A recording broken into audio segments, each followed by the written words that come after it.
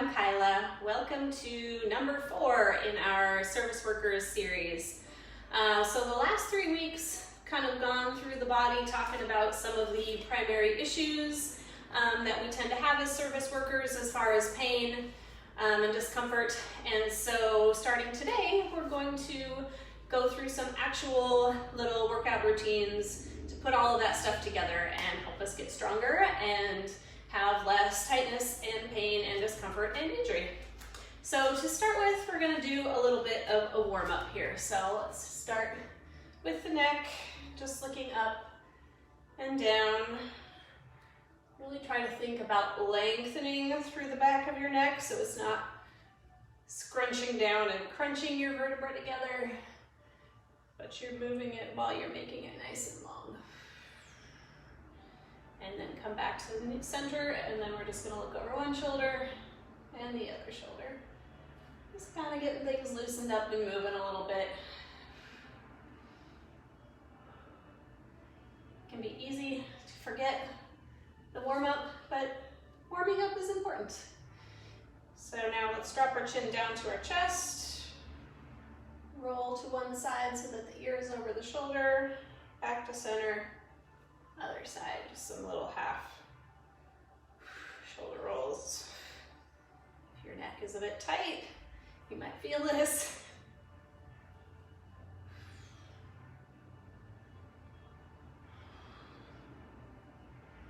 One more. Good. We're going to do some little shoulder rolls backwards. Try to have that all come from the shoulder and try not to have a lot of movement in your spine. So I'm keeping my spine pretty straight and not moving. I don't want to be coming here and pushing my chest around necessarily. Just move through the shoulders and the other way. Good. Let's do some big shoulder circles, really reaching long through your fingertips, trying to draw as big of a circle as you can. And again, as I'm coming up, I'm trying to keep my chest from following. So I want my ribs to stay down, and you can put your hand on your ribs as you come up, if that helps.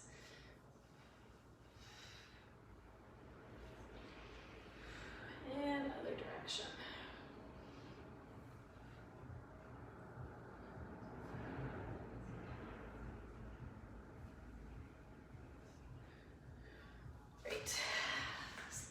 Come down into a forward fold. You can keep your knees a little bit bent here.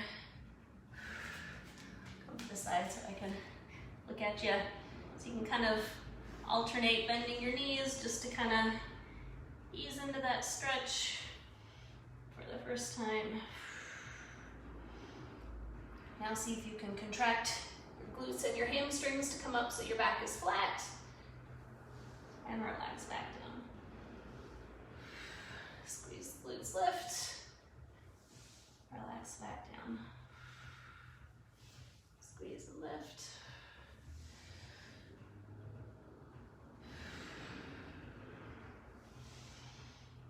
Good. Then we're going to do some cat and cow stretches. So you can just come down onto your hands and knees.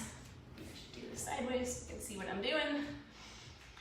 You're just going to arch your back up toward the ceiling, letting your head and your tailbone drop toward the floor, and then go the other way, letting your belly drop toward the floor, lifting your butt and your head up toward the ceiling.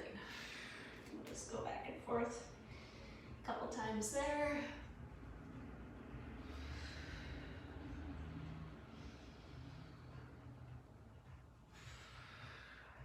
Make sure you're breathing.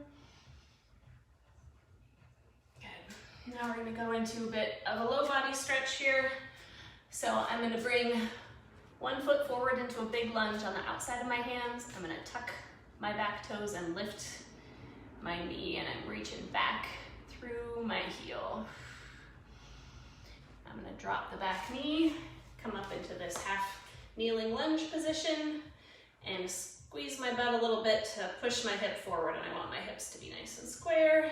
I can also reach up with this hand to get a little more stretch if I want. bring my hands down, straighten my front leg. My back knee can be bent, my heel's off the floor, whatever I need to do back there to get this front leg straight and fold over it. Then I'm gonna bring my hands back down, drop the front of my leg down, knee behind one hand, foot behind the other hand. This can be a big stretch if you are tight in those deep hip rotators, like the piriformis. And now I'm gonna tuck my back toe under so I can lift up and press back into a downward dog. So you can take a second here to alternate bending knees. You're trying to lift your butt up toward the sky. Now I'm gonna do the other side. So front foot forward, back knee lifted, pressing my heel back toward the back wall. Drop the back knee down, come up into a kneeling lunge. Squeeze my butt, square my hips. Can reach with that same side arm if I want. Hands down, tuck back toes under, straighten the front leg. Let the back knee bend. Back heel can come up off the floor. In fact, it should. And then I'm just gonna drop that leg. Trying to get this as horizontal as reasonable. We're just getting warmed up, so we're not trying to make this a really big, intense stretch. And then tuck your back toes under so we can come back up. Great. So we should feel reasonably warmed up.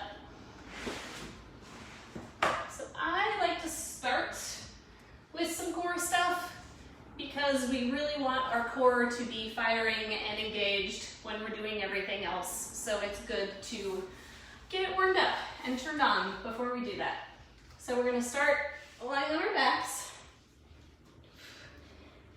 And I want your pelvis to be really neutral. So you can start with trying to do a big arch in your low back and then press your low back against the floor and then come back up so you're kind of in that in-between place where you just have a little bit of an arch in your back, but you're not pushing it one way or the other. From here, I'm going to engage my core, so I'm thinking about tightening and lifting the muscles between my pubic bone and my belly button. So I want those to scoop in and lift. I can do a nice exhale through my mouth to kind of feel what that feels like. And then I'm going to try to keep my core engaged and my hips really stable and see if I can just rotate in my hips so that one knee comes out to the side and back in. And the other side. We're just gonna do 12 on each side. And you don't need to do any particular breathing pattern here because in life we need to be able to move and stabilize with our core no matter what we're doing, ideally. And you know, it doesn't have to be a big drop out to the side. It might be you can only do a couple inches without your pelvis wanting to shift, without your hips wanting to move. But the important thing here is that your leg is rotating in your hip socket and all of this is staying really stable and it's not moving anywhere.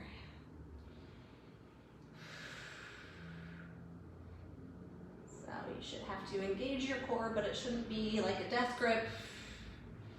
And you want to make sure you're continuing to breathe. And I'm really bad about talking and counting at the same time.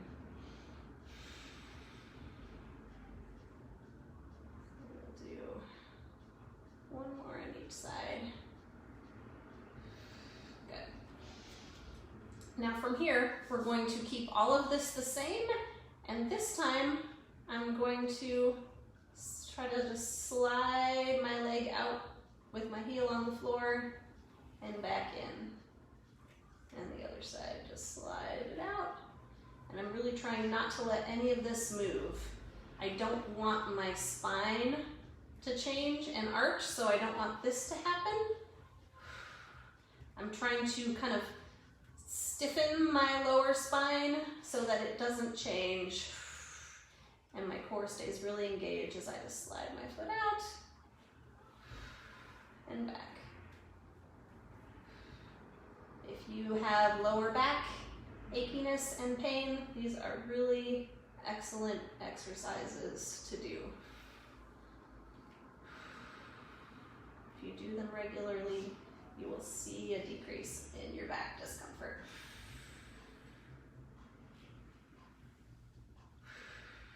Keep breathing, slide out, back. Nice and controlled, don't let anything here move.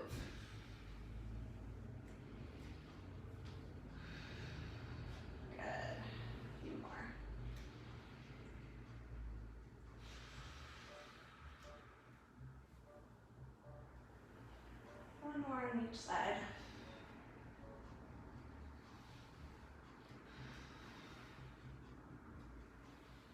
Good. So if you were doing a good job of keeping your core engaged, it was probably starting to feel a bit of a burn there at the end, and that's great. That tells you that you've got those right muscles firing. So now we're going to flip over onto our hands and knees. And I really want my hands to be right under my shoulders and my knees to be right under my hips. And we're gonna do just a little, we'll start with a little small bird dog sort of motion. So before we go into the full bird dog, which is alternating arm and leg lifts, we're just gonna start with one at a time. So I want to engage my core. Imagine you have a martini glass on your low back and it's full all the way to the rim and you don't want to spill it or tip it over. That is how still you want your body to be when you do this. So I'm going to start with, can I lift one arm without letting anything else in my body move even a millimeter? And the other arm. Now we're going to do a leg, and it's really important that your hips don't shift back as you lift. So we're really trying to keep this more in the core, and shifting back will move it into your glutes and your back a little bit more. So now if that's really hard, stick with doing the single, but if that feels okay, it should always feel challenging. But now let's see, can we do a little lift? One arm opposite leg. And the other side. If you are on a kind of squishy mat like I am, it actually makes lifting out of it a little bit harder, so you might find it easier to do it on a more solid, flat surface. But you really want to be careful. I think there's something behind me. Be careful that your back doesn't shift. Your spine doesn't change its shape. You're not shifting side to side. You're not shifting forward or back. You're really trying to keep everything as stable as possible. Like you're just a nice, solid table for your martini glass to sit on. It's not going to go anywhere.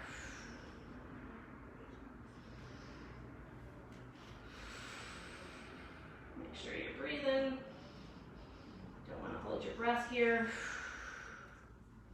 And in order to get good stabilization, you really want to have your breath go down into your ribs and towards your belly and not up into your chest.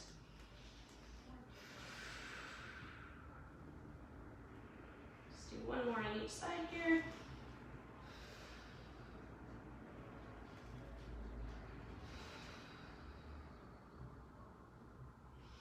Great. All right, now let's move on to some lower body strength. So I'm gonna start with a kettlebell.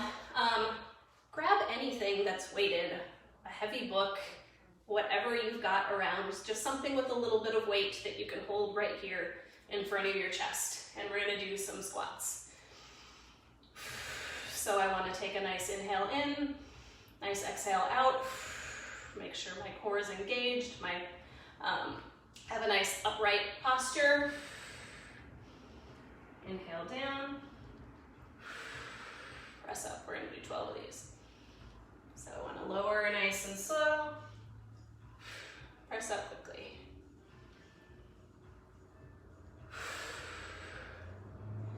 I really want to make sure that I keep my core muscles engaged the whole time so that my spine doesn't change its shape.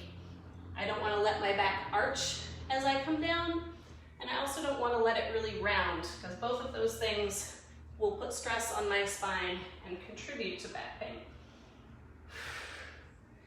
And I'm trying to keep my knees coming out over the center of my toes, keeping all of my toes down on the floor the whole time, especially my big toe.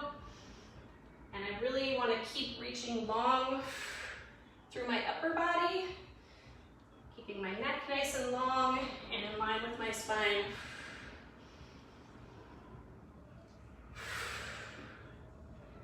I don't know how many that is. So we'll call that 12. Good. So we're going to take a little bit of a rest. About 30 seconds rest is good when we're doing higher reps and not a whole lot of weight. But it is important to take a little bit of rest in between your exercises unless you're purposely doing them in a circuit to get your heart rate up and try to get some cardiovascular benefit out of that.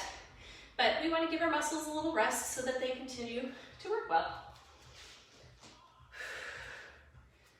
All right, so the next exercise we're going to do is a lying glute raise. So you're going to come down on your belly. Put your fingers underneath your hips. So I'm just kind of using my two fingers and sliding them into that space under my hips. Then I'm going to squeeze my glute, engage my core, and lift my leg. And I'm trying to see if I can do that without increasing the pressure on my fingers.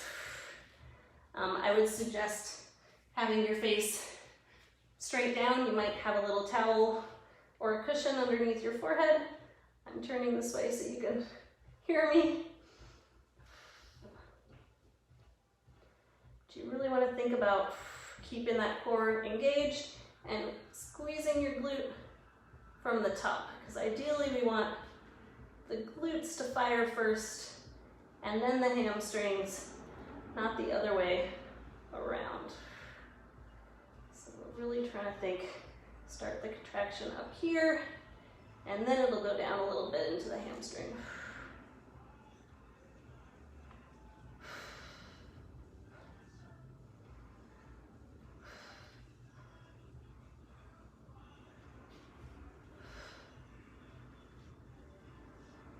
And one side might be harder than the other.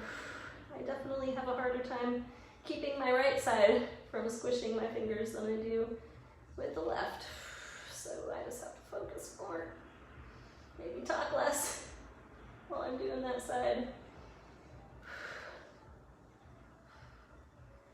Really try to get it up into, feel that contraction up in the glutes more so than the hamstring.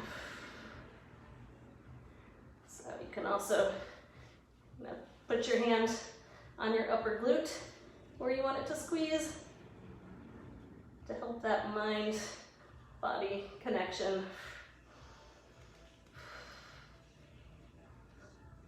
I'm sure we've got to be at about 12.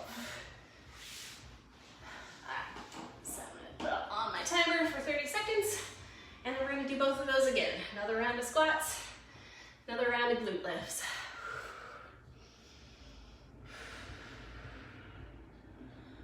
Whew. Get a sip of water, breathe.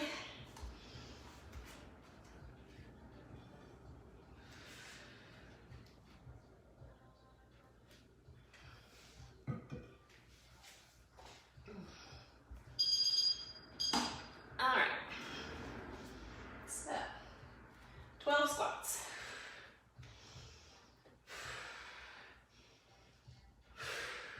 Whatever your weighted object is, make sure you're keeping it right there at your chest.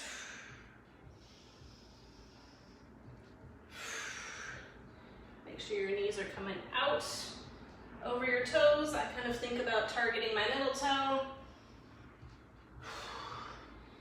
also kind of want to think about spreading your hips wider at the bottom. And ideally, you're able to get nice and low into that squat. That takes time to work up to that, but that is the goal.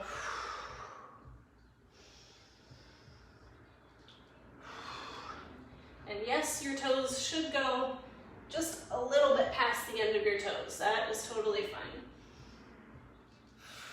As long as they're staying out over the toes. Make sure you're keeping that core engaged. That spine really stable, not changing as you go up and down.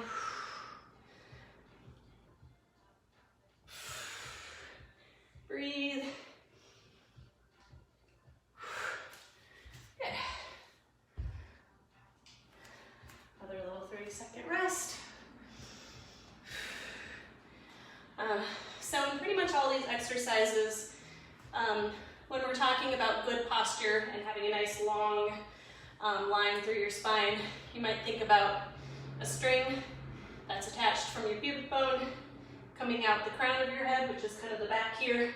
And if somebody was pulling it, so your pubic bone lifts just a little bit and your spine and upper body lengthen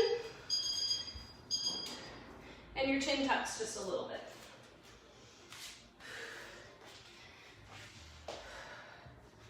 All right, another round of glute raises, 12 on each side. So get that core nice and engaged, squeeze the glutes to lift, and it's not a big lift, just enough so that you get a contraction in the glutes and your legs, only gonna come up a couple inches.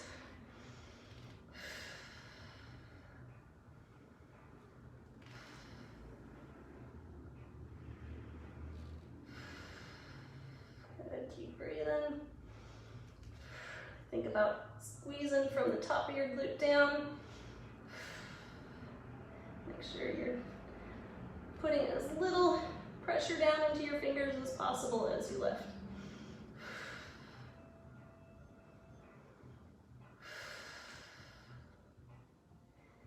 That might mean you need to take a nice breath and an exhale to engage the core before each lift.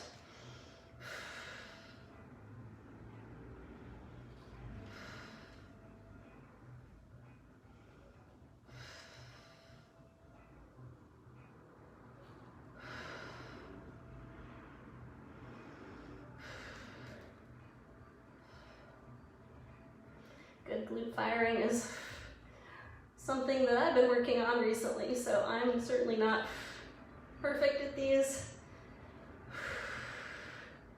but they get better every time.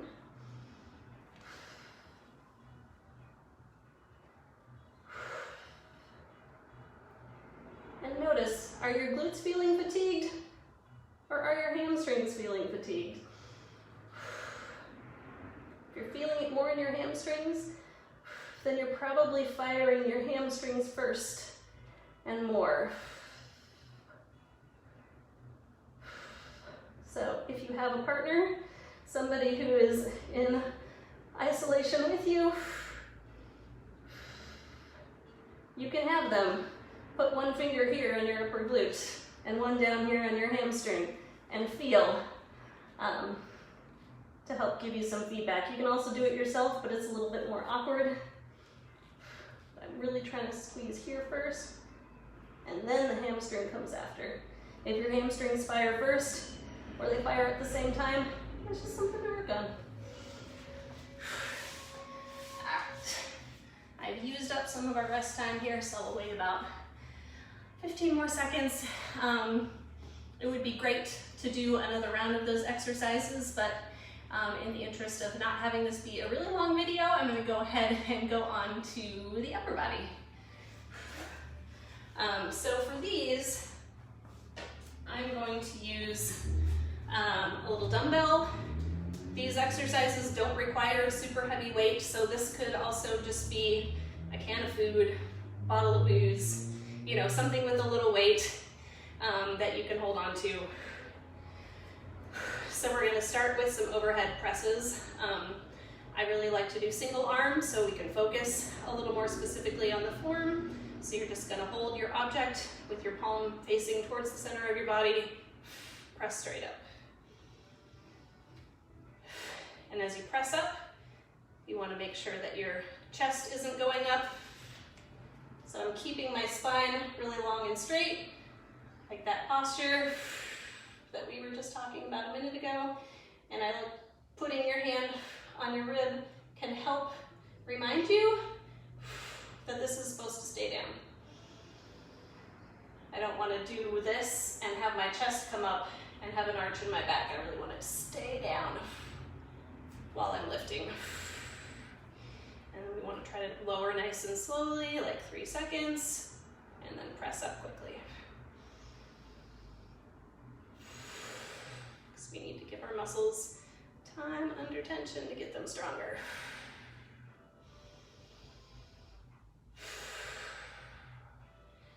That's probably about 12. And then we're going to switch sides.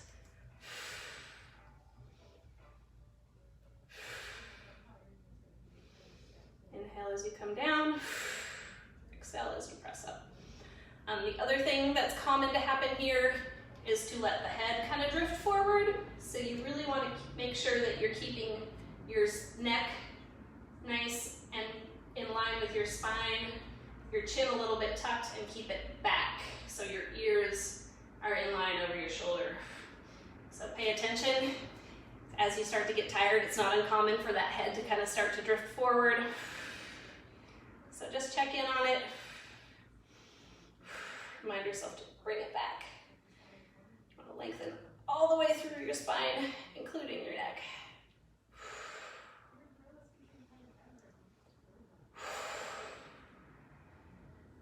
Good. Take our little 30-second rest. And then for the next one, I'm going to need 2 items of equal weight. Whew. When we're doing these single side exercises, it's not a bad idea to also start with the side that's a little weaker or a little more unstable, just so it's a little bit fresher. And then if, say, we're doing 12, but your weak side can only do 10, then only do 10 on your stronger side too. All right, so now we're going to do some rear delt raises. So you're going to hinge forward. So I want my back really straight, my core engaged, and then I'm just going to lift straight up to the side, squeeze my shoulder blades together at the top, and lower slowly.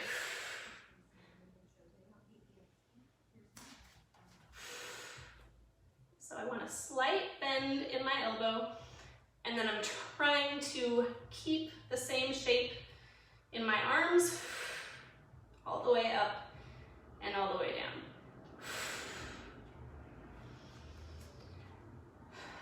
I'm modeling poor head posture here as I look up to try to talk to y'all, but you ideally want to keep your chin tucked and your neck nice and long and in line with your spine, just like the other exercises.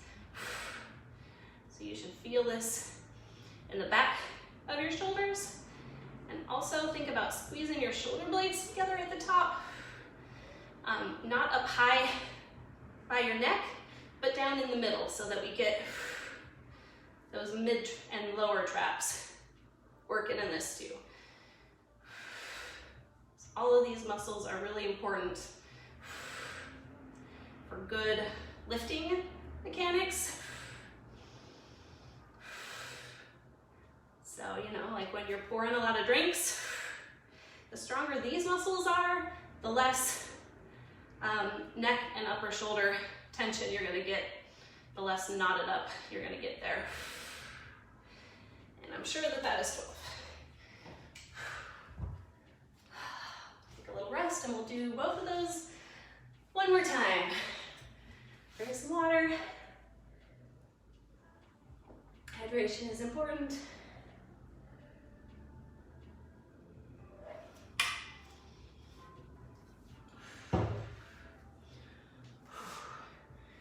Check it out. if you need to.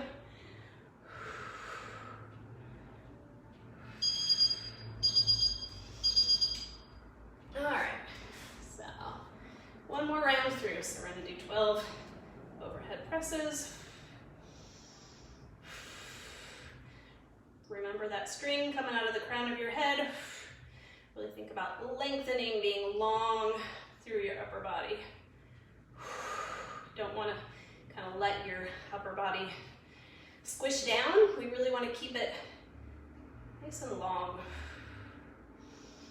Again, make sure your lower abdominals are a little bit engaged. Your spine is staying the same shape the whole time up, the whole time down.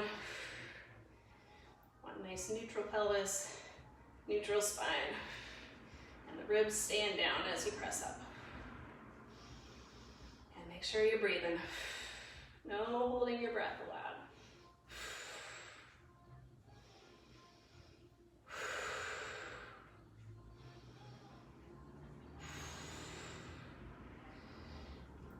Switch sides.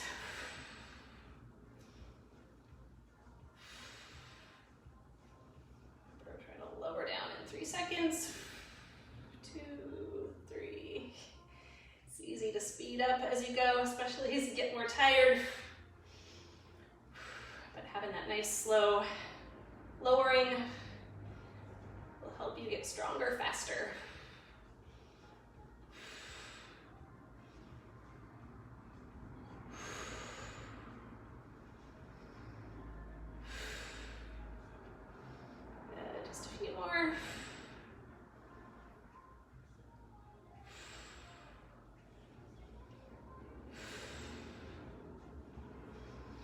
Nice work.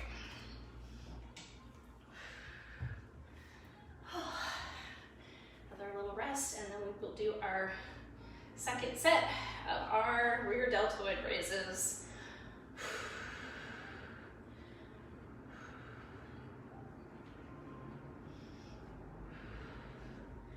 Nice little time for a dance break.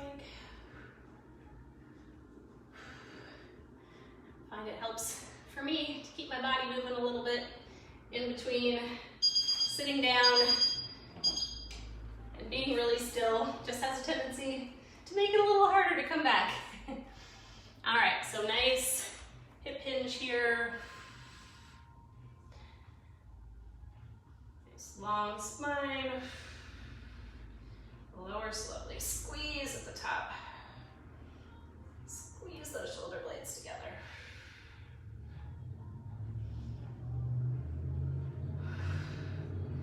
And do also be careful that your shoulders are not creeping up towards your neck, because that's going to give you more tension and discomfort there. You want to keep them down in their nice, relaxed position.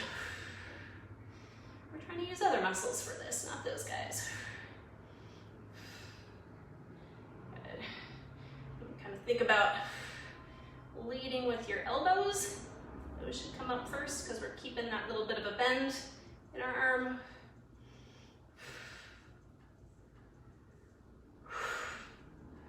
Should be getting tired. All right.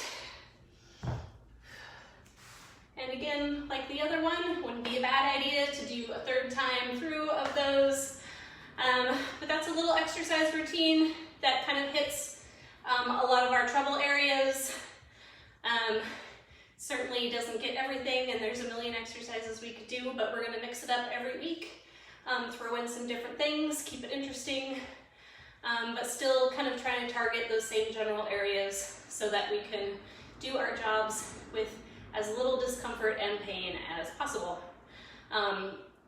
It would be a great idea if you really want to get stronger and feel better to do this routine at least 2 times. 3 times would be even better in a week. You know, so Tuesday, Thursday, Saturday would be a great routine to do this sort of thing. And then maybe getting out and doing some walking on most days, especially right now while most of us aren't working. And even if we are working, we're not doing the same running around necessarily that we might be for those of us who are working in restaurants and bars. normally. So continuing to be out and walking and moving around is really going to help keep your stamina up and keep those muscles strong so that you don't feel it when you go back. If you have any questions, I would love to hear about them. Let me know if you try this workout and how it goes for you.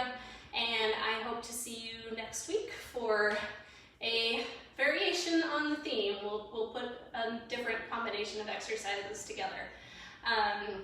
Tomorrow we will also be doing an exercise live stream. I do a live stream every weekday. And then on Thursday at 2 p.m. I do a free core function and stability and strength class through Zoom. So I would love for you to join that. The stronger and more functional your core is, the better everything else works. So that's really, really important just in getting our bodies feeling better and reducing chronic pain. Good breathing patterns and good functional core. All right, have a wonderful week. Thanks for joining.